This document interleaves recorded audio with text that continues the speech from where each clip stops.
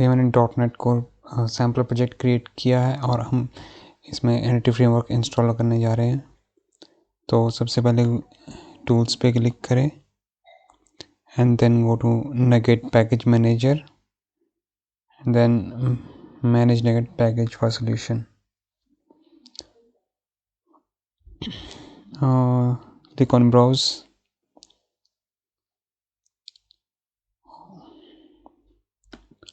write entity framework core.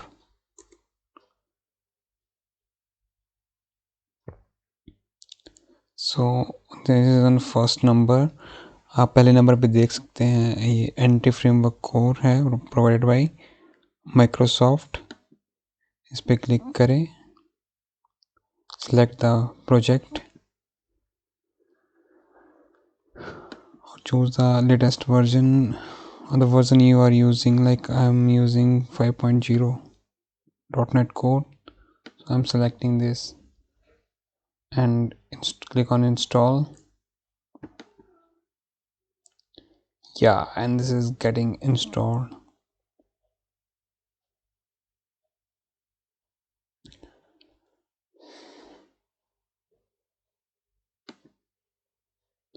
I accept.